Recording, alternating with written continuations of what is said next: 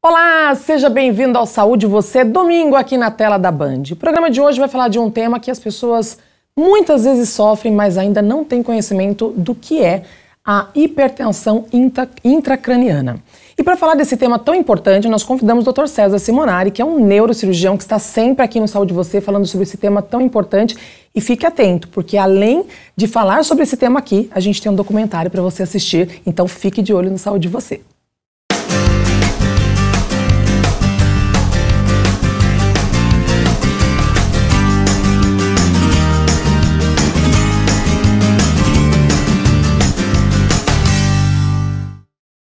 Dr. César Simonari, seja bem-vindo ao Saúde Você. Obrigado, bom dia, Duda. Bom dia dia a todos. Doutor, vamos falar sobre a hipertensão intracraniana, né? Tem até uma história de uma espectadora que comenta que teve essas dores na cabeça, essa pressão, e aí foi descoberto a pressão hipertensão intracraniana. Fala um pouco pra gente sobre esse tipo de patologia e os tratamentos.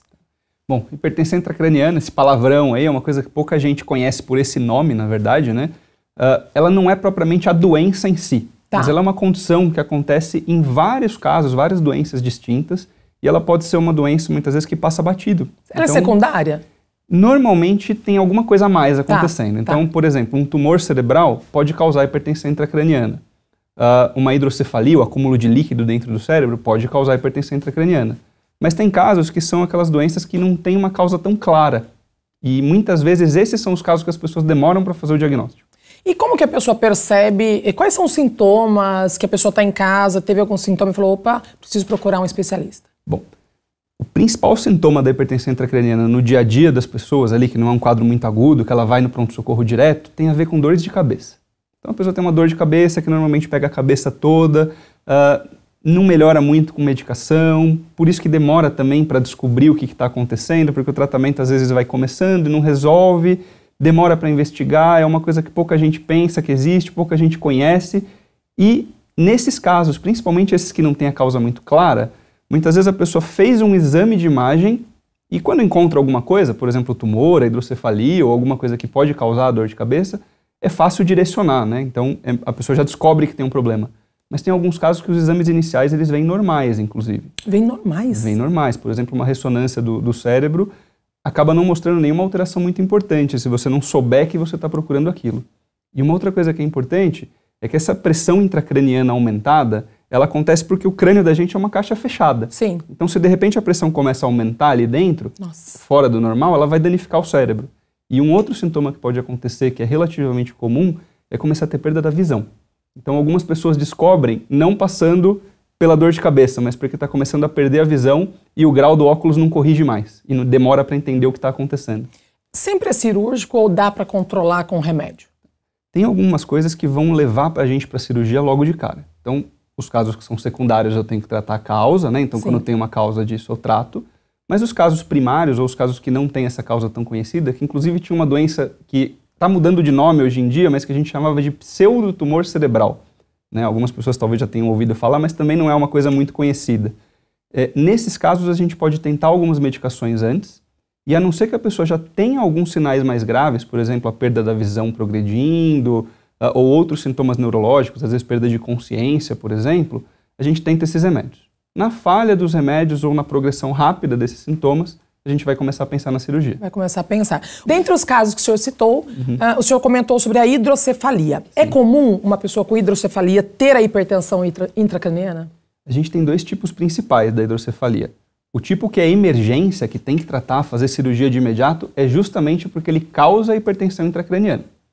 O segundo tipo, quando é só o acúmulo do líquido sem aumentar a pressão, mais comum em idosos, vai dar aqueles sintomas, por exemplo, de perda da capacidade cognitiva, dificuldade para caminhar, perda urinária. Esse não tem a hipertensão intracraniana. Entendi. Bom, nós fizemos um documentário e eu quero que vocês acompanhem um pouco mais de informações científicas e com a opinião do Dr. César Simonari como especialista. Confira.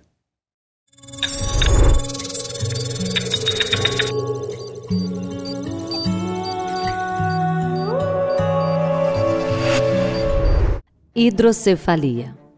Você sabia que ao pé da letra, hidrocefalia quer dizer Água na cabeça? Apesar de não se tratar especificamente de água, a hidrocefalia, cujo nome tem origem no latim, se caracteriza pelo acúmulo de líquido cefalorraquidiano no interior da cavidade craniana. Essa é uma doença que desperta grande preocupação, e com razão, principalmente por ser mais frequente em bebês e crianças. Então, primeiro é preciso entender o que é exatamente a hidrocefalia.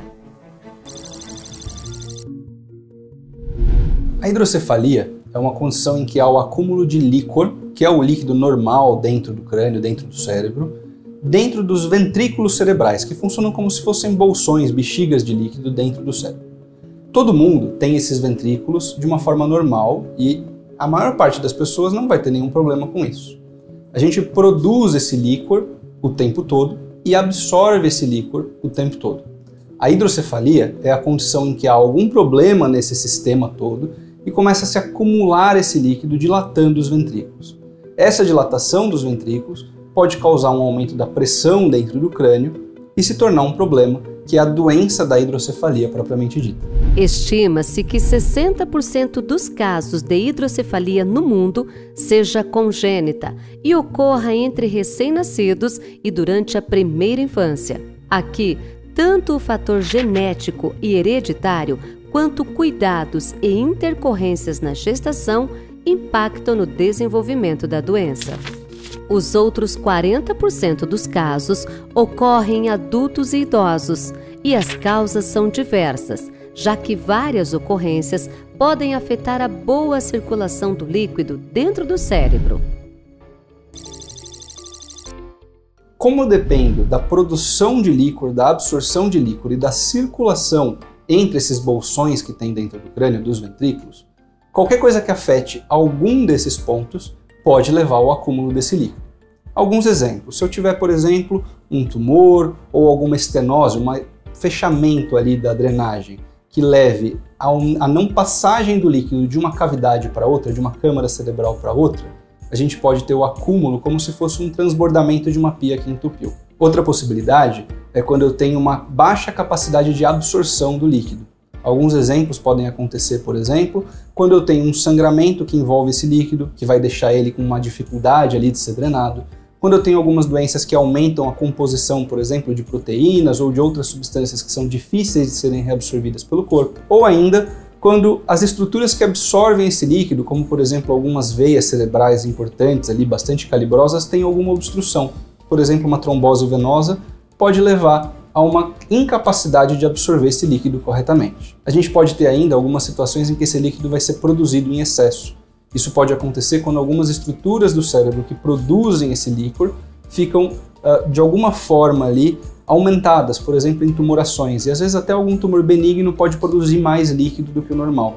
E esse acúmulo de líquor vai gerar essa dilatação ventricular. A hidrocefalia pode ser classificada de 3 maneiras de acordo com a causa primária da doença. Obstrutiva, quando há um bloqueio no sistema ventricular do cérebro, impedindo que o líquido cefalorraquidiano flua devidamente pelo cérebro e a medula espinhal.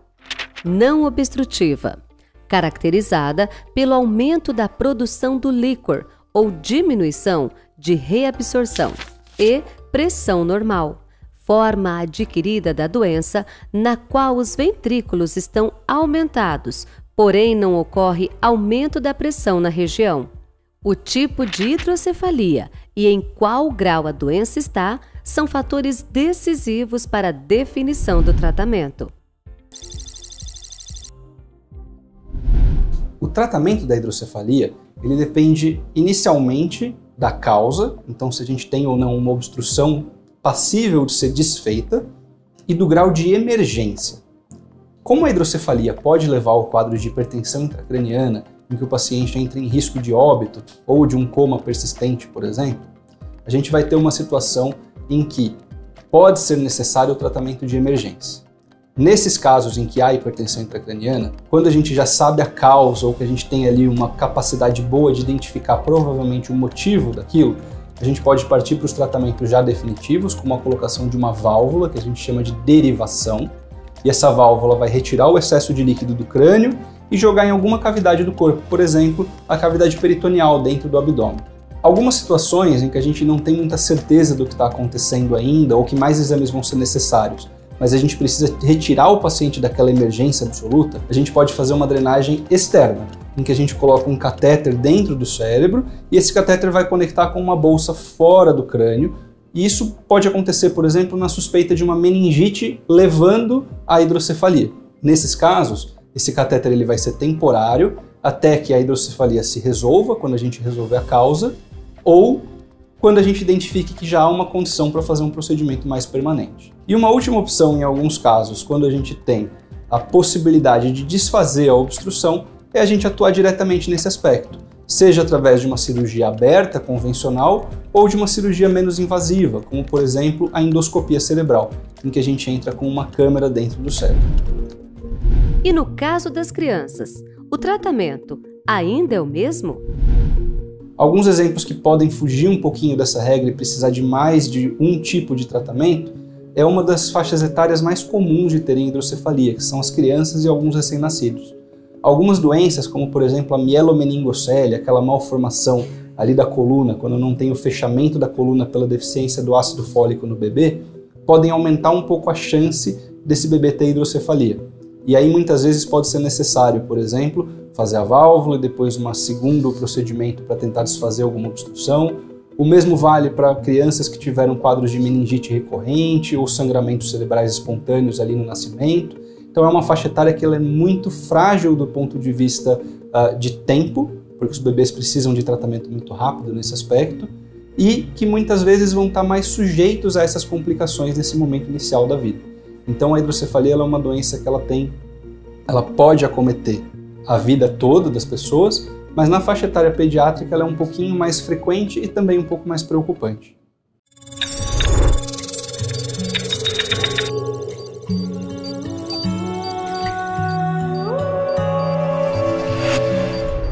Doutor, mais uma vez, parabéns. Mais um documentário aqui na tela da Band. Uma novidade no Brasil, um especialista fazer um documentário associando a opinião médica, o conhecimento, a evidência científica, que é muito importante, né? Parabéns mais uma vez. Muito obrigado, é sempre um prazer poder trazer informação de qualidade para todos. E a gente encerra o mês de novembro, né, doutor? Mês de novembro. A gente está encerrando o mês e vale lembrar a você, e o doutor está aqui como médico que pode confirmar, que a prevenção são todos os dias. A gente encerra mais um ano que foi falado durante todo o mês sobre o Novembro Azul. Mas alertando vocês que dezembro entrou, janeiro entrou e que é importante fazer prevenção. Correto, doutor? Com certeza. É isso aí. Esse mês é para lembrar, mas não esquece no resto do ano também. É isso aí. Então, homens, olha só, ainda dá tempo, corre. E se não fez no Novembro Azul, você tem todos os dias para você cuidar da sua saúde. Um beijo para vocês, até o próximo domingo. E não deixe de acompanhar o Saúde Você também no nosso canal do YouTube. Até o próximo.